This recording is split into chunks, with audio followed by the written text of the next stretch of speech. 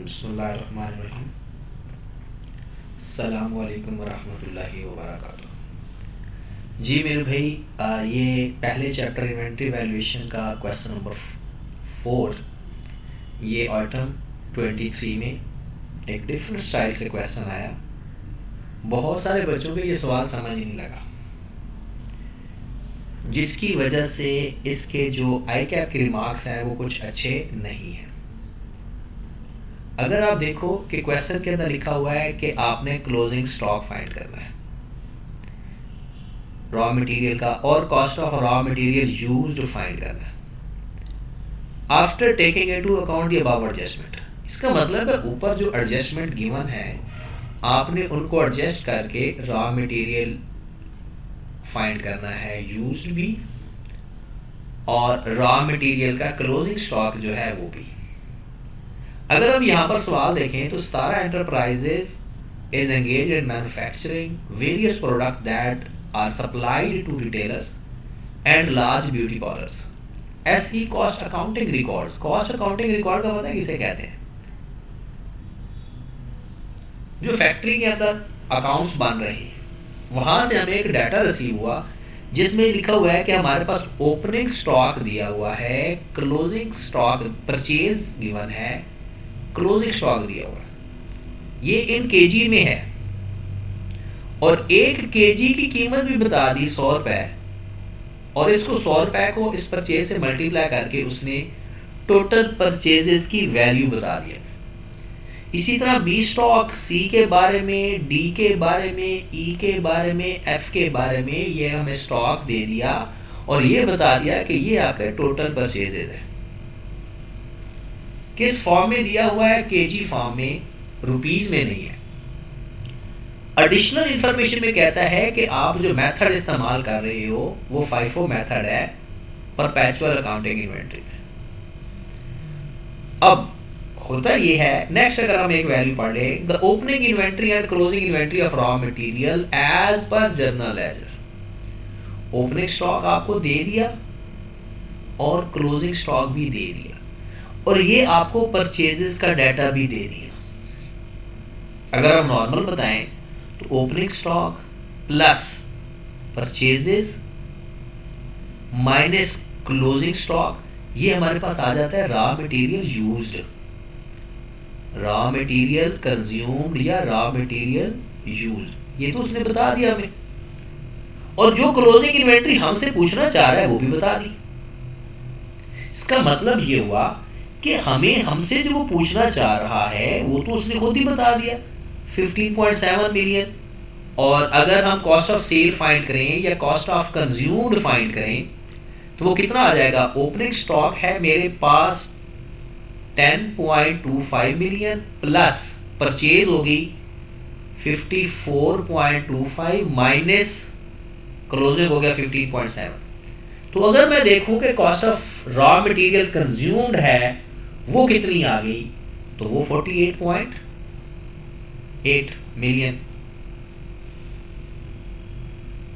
तो फिर प्रॉब्लम क्या था? 9 नंबर उसने क्यों दे दिए सवाल के? प्रॉब्लम ये था कि ये जो रॉ मटेरियल उसने बताया हुआ है इसमें कुछ एडजस्टमेंट करनी है, और अगर क्लोजिंग स्टॉक चेंज होता है तो आपको याद होगा कि हमारी कॉस्ट ऑफ सेल भी चेंज होती है, और कॉस्ट ऑफ सेल चेंज होने के लिए सिंपल आप क्या करते हो?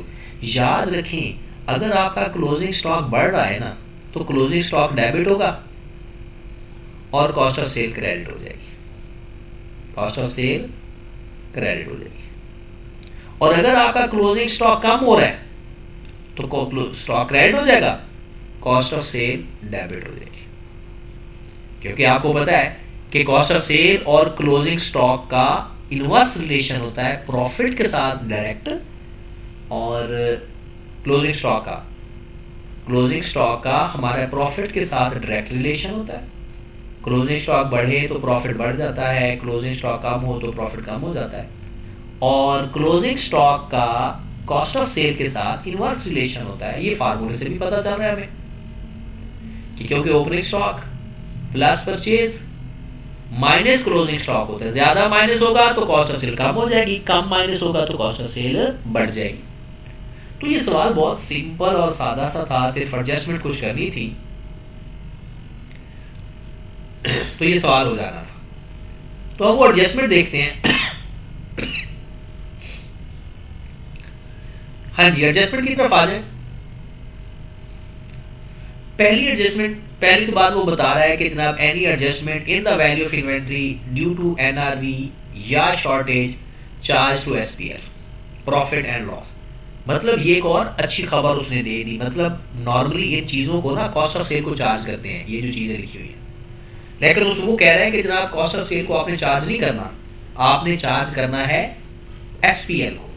तो इससे हमारा रॉ मटेरियल में कोई फर्क नहीं पड़ेगा, ना एनआरवी की वजह से और ना शॉर्टेज की वजह से। चौथा point, in view of the prevailing inflation the supplier of raw material had increased the 25%। लो जी, ये जो हमारे पास कीमतें आई है ना, ये पिछली कीमत से 25% ज्यादा है, क्योंकि 31 अगस्त है ना हमारा, 31 अगस्त 23, मतलब इस डेट से लेकर इस डेट तक हमारी 25% ज्यादा कीमत है जो ऊपर कीमतें की है। फिर वो कहता है यहां से हमारा सवाल शुरू हो रहा है, और इंटरेस्टिंग बात, सवाल यहां से शुरू होकर 2 पॉइंट में सवाल खत्म हो जाता है। पहला सवाल कहता है जनाब रॉ मटेरियल जो ए का है, आपने उसको गलती से लाइफो मेथड के जरिए रिकॉर्ड कर दिया इंस्टेड ऑफ फाइफो मेथड। अब लाइफो होता है last in first out, last in first out, करना था फाइफो। फाइफो का मतलब होता है first in first out, issuance of raw material. अब हम देखेंगे कि हमने टोटल कितना, यानी जो ए है उसको कितना इशू किया था, चेक करें जरा। जी जनाब, 9000 हमारा क्लोजिंग स्टॉक है और उसकी कीमत कितनी है, 100 रुपए। 9000 हमारा क्लोजिंग स्टॉक है, हमने उसको रिकॉर्ड किस पे किया हुआ है, लास्ट इन फर्स्ट आउट, और करना चाहिए था फर्स्ट इन फर्स्ट आउट। अब लास्ट इन में कीमत क्या थी और फर्स्ट इन फर्स्ट आउट की कीमत क्या थी। देखें 100 रुपए तो कीमत अब है ना मौजूदा, ये 25% ज्यादा है, मतलब ये 125 है, और इससे पहले कीमत क्या थी वो हम फाइंड कर लेंगे। 100 को 125 पे डिवाइड कर दें तो 80 रुपए कीमत पहले थी। इसका मतलब 100 रुपया रिकॉर्ड होना चाहिए था फर्स्ट इन पे 80 रुपए पे, हमने सॉरी 9000 यूनिट रिकॉर्ड होने चाहिए थे फर्स्ट इन पे, लेकिन हमने 9000 को रिकॉर्ड कर दिया लास्ट इन पे। ओके की बात। इसका मतलब है हमने क्लोजिंग स्टॉक ज्यादा लिख दिया या कम, क्लोजिंग स्टॉक ज्यादा लिख दिया या कम। हाँ जी, सिंपल सी बात है, 20 से कम लिखा हुआ है, 20 से कम लिखा हुआ है, तो 20 मल्टीप्लाई बाय 9000 करें तो कितना बन जाता है, 180,000। तो हम अपना क्लोजिंग स्टॉक 180,000 से बढ़ा देंगे, और जैसे क्लोजिंग स्टॉक बढ़ाएंगे कॉस्ट ऑफ सेल कम हो जाएगी। तो अगर हम यहां पर अपना सॉल्यूशन स्टार्ट करते हैं तो यहां पर अपना क्लोजिंग स्टॉक लिख लेते हैं, और यहां पर आप लिख लेते हैं रॉ मटेरियल यूज्ड या कंज्यूम्ड, और यहां पर लिख लेते हैं अनएडजस्टेड बैलेंस।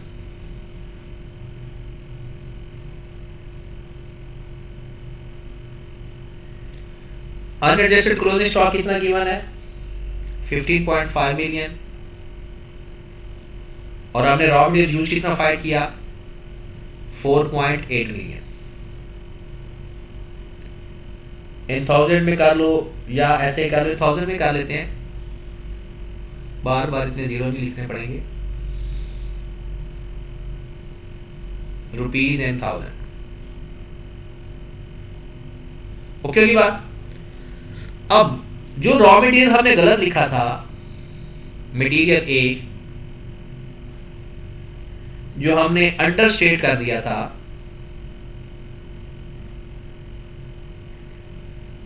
वो क्या था जनाब, 9,000 को ₹20 से कम लिखा था।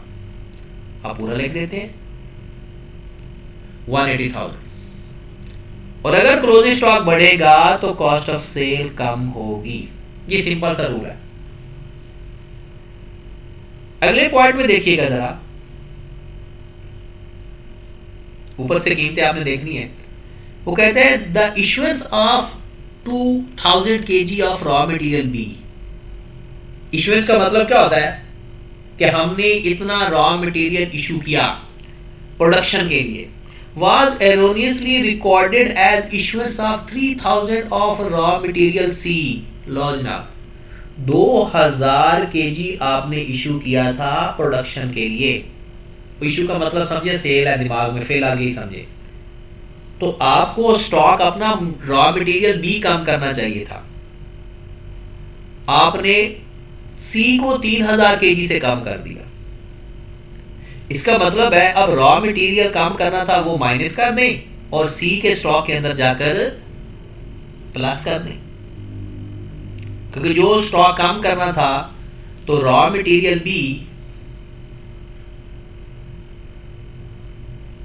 2000 multiplied by raw material B की कीमत कितनी है, 80 रुपए। तो 160,000 से हम माइनस कर देंगे, कॉस्ट ऑफ सेल हमारी डेबिट हो जाएगी, यानी कॉस्ट ऑफ सेल में प्लस कर देंगे।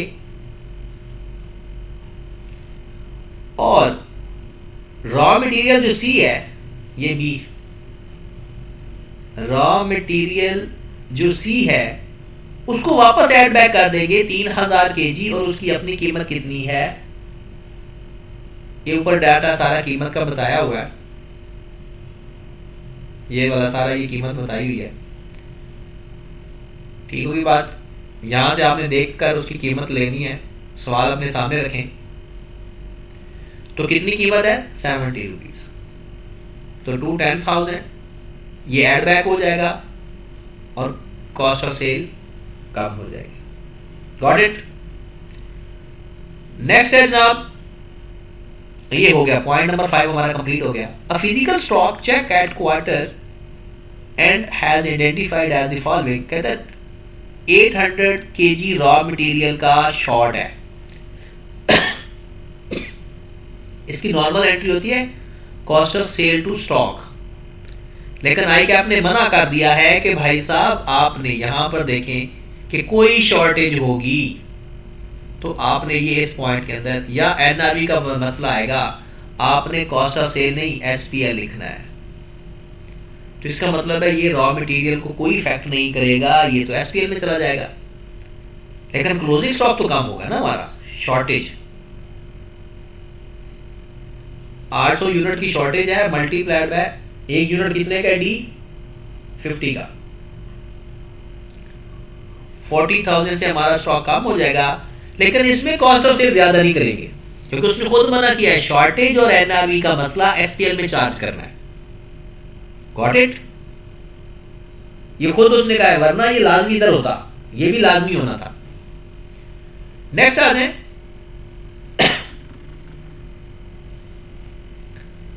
नेक्स्ट कहते हैं 500 यूनिट रॉ मटेरियल ई के जो हैं इन एक्सेस।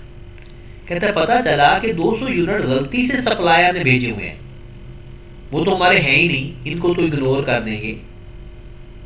और 300 यूनिट हमने रिसीव कर लिए हैं लेकिन रिकॉर्ड नहीं किए, क्योंकि वो मिले before close of the business और लास्ट डे।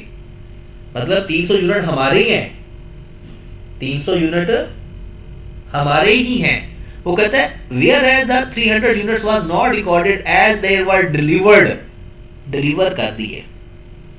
इसका मतलब है अगर हमने डिलीवर कर दिए हैं तो हमें काम तो कर लेने चाहिए, लेकिन ये 500 यूनिट हमने रखे हुए हैं, 200 यूनिट तो हमारे हैं ही नहीं, उसको तो इग्नोर कर देंगे, और जो 300 यूनिट हैं उनको हम डिलीवर करेंगे तो उनको भी लिख देंगे।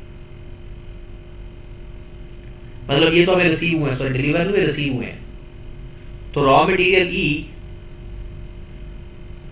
200 यूनिट को इसलिए रिकॉर्ड नहीं करेंगे, वो सप्लायर ने गलती से भेजे हैं, वो उसको वापस दे देने हमने, और 300 यूनिट हमारे ही हैं, वो मिले लास्ट डे पर है, क्लोजिंग टाइम पर मिले हैं, तो इसलिए उसको हमारा ही स्टॉक है, तो इसकी एंट्री क्या पास होगी, मटेरियल डेबिट, कैश क्रेडिट या पेएबल क्रेडिट।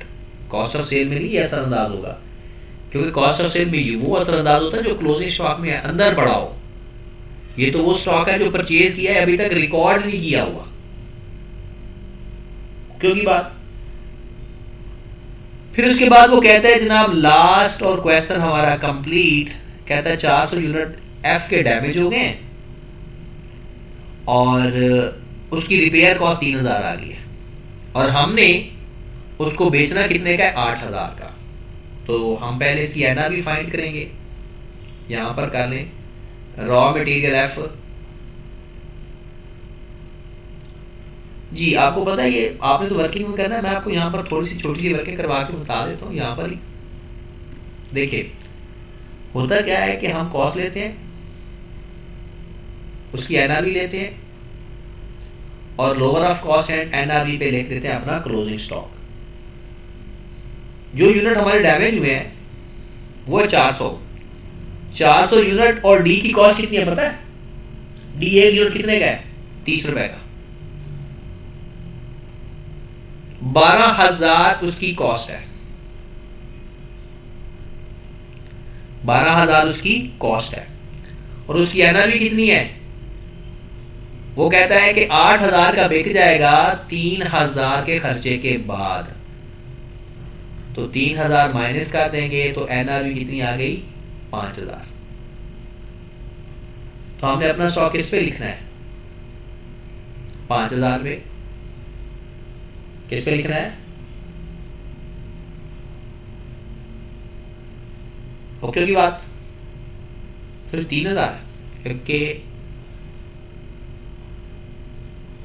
वो कहता है आर सोल्ड रिपेयर कॉस्ट, वो कहता है they can be repaired at a cost of ₹3,000 या sold as is where is basis, मतलब जिस हालत में पड़ा हुआ है उसी हालत में बिक जाएगा, जिस हालत में पड़ा हुआ है उसी हालत में बिक जाएगा, ये बात लिखी गई है। इसका मतलब है दो तरीकेकार है इसके, या तो ऐसा करो कि आप लोग 12,000 वाला स्टॉक 8,000 में बेच दो, 12,000 वाला स्टॉक कितने का बेच दो, जिस हालत में पड़ा हुआ है उसी हालत में।